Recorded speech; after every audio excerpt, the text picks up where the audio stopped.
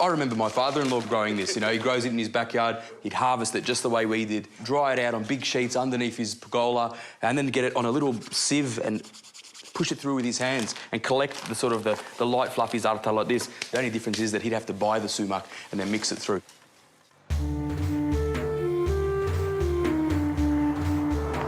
Due to its geographic location, the south of Lebanon has long been a trouble spot.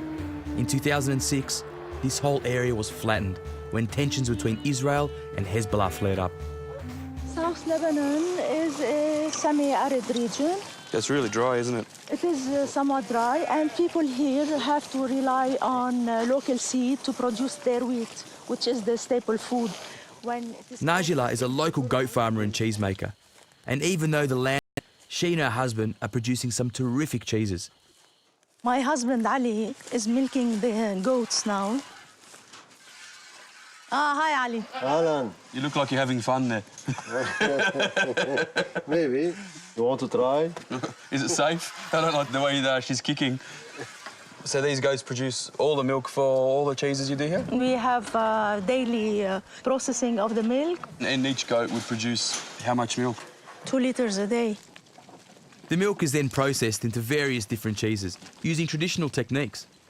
This morning, Najila is going to treat me to a typical southern breakfast. But first, we need to make the cheese. We make yogurt, labne, baladi cheese, The shanklish? The shanklish as well from yogurt. Yeah. And also we make arishe after making the milk. Arishe is a type of goat's milk ricotta, made by heating the milk, then adding lemon juice to separate the curd from the whey. All the cheese here is unpasteurised, resulting in an even richer, more delicate cheese. So it's easier to go to the thick area. If you don't do it slowly, the white matter will separate again in the water, and you will lose your ricotta, your arishe. You have to be really delicate. It's so soft and light. Okay.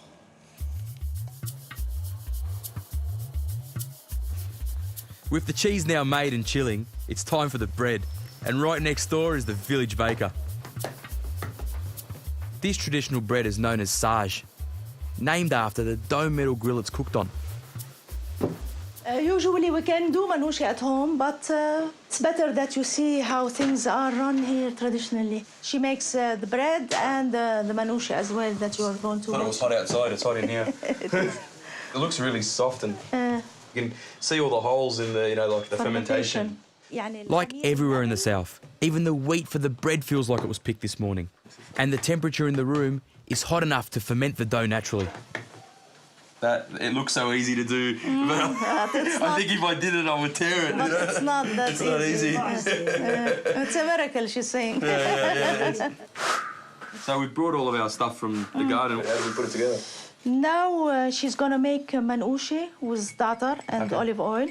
And then she puts 2 together, which is thicker than this one. Okay. محسامة نعمل منقوشة زعتر. I use za'atar in my restaurants. My father-in-law used to grow it at home and mix it for us, and every year he'd give us a different jar, with the year, 2008, 2009. But since he's passed away, I've got the last batch, and now I have to start either growing it myself, buying it from the shop, or you can send it to me. Yes, I can give it to you. والله بكون ممنوطة. يلا زينب عليا. So that will warm the za'atar through the dough and it will all sort of become one rather than just putting it on top, yeah? I assume that she'd be making this for a long time. It's a dying art and we're going to have this type of thing in Australia. It's truly impressive. يسلموا دايتك. Looks great, doesn't it? Okay. Thank you. Shukran. All these demonstrations have chewed into my morning and my tummy is well and truly ready for breakfast. So this is like a traditional breakfast just of the south? No, you can find this combination all over Lebanon, where you can have labne, arishe, that we eat with the honey as a dessert. And that's the arishe that we made back at your place? Yes, yes. Baladi cheese and za'atar. Yep. Fruit, bread, herbs and yogurt. It's still so warm. It may seem really simple, but it's the best way to have breakfast. They're huge, the tomatoes in Lebanon. They're so fleshy. We love them so much, so everybody grows them, even here. But it needs A lot of water. It really shows what you guys are doing out here. Making the bread on the sage, you know, fresh za'atar from the fields and, you know, your cheeses, which is what the South's all about. Yep. That labneh is so creamy. I really do want to try this with the honey. And this is like a ricotta cheese, isn't it? We do it like the Italians do the ricotta. So,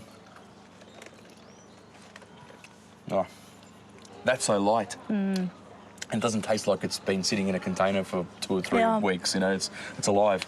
We just made it. Yeah, exactly. Yeah, and we don't forget the Manushi za'atar. I really want to get into this because I saw as it was cooking on the sage, all the za'atar was cooking and the, you know, the sesame seeds.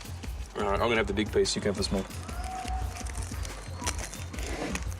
Oh, the za'atar's changed. The flavour of the za'atar's changed. No, of course. You can really taste the sumac in there. It was great.